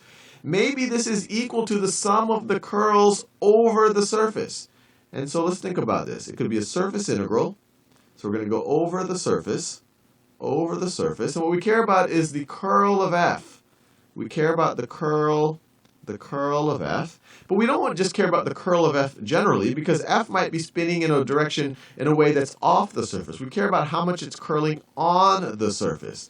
So what we'd want to do is we'd want to take the curl of f and dot it with the normal vector at any point of the surface, and then multiply that times the surface itself. So then multiply that times the surface itself. Or another way of writing this, and this is just to say that the more surface where we have more curling going on, the more that the value of the line integral might be. And we saw that when we compared these three examples. And another way of writing all of this is the surface integral. Let me write the surface in that same brown color.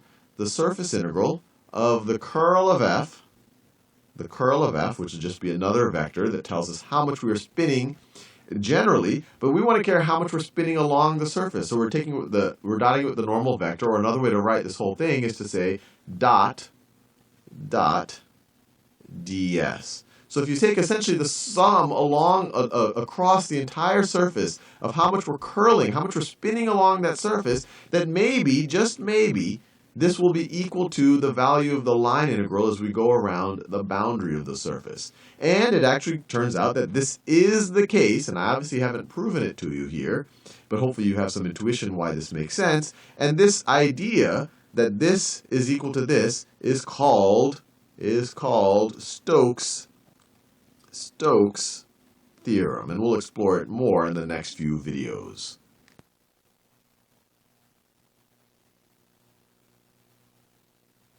Finally, we finish the Stokes theorem intuition, and then let's call it a day, and then see you next week for the final exam. Good luck for that. Okay, see you.